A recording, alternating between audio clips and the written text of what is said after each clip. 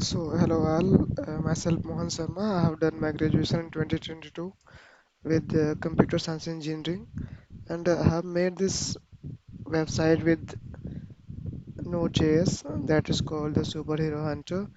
Basically, this is a website which is using the APIs to just fetch the data from the database which have been stored on the APIs. So, let me just explore you something. This is the basically UI which is in the light mode. If it I can turn it on the dark mode also.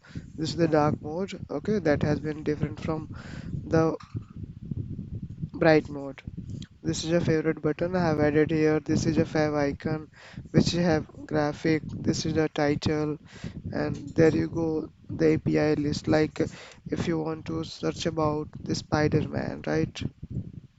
So just give me a second. Yeah, let me just search about the Thor first. So here we go, Thor. So basically, it's a comic character which have been stories like this. Each had done the series, and there is a small description about this. We can just add this as a favorite. There is a pop-up came out that it has been added to favorite. Like, and there is a cool feature that has been changed whenever we just go into a search option, and there is a home button. Just go back. That's all. And after that, let me just search for you the Hulk. Yeah. So yeah, here's the Hulk. Like whoever the character which have been implemented in the comic that can be appeared here. Okay. So this is all the interface.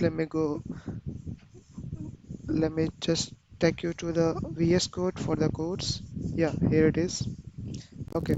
So we have an index.html file. Basically, this is a main file which just host it on the website to just represent the UI and all.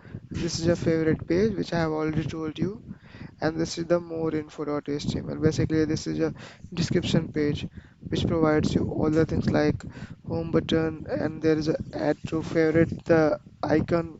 There is an option of remove from favorite.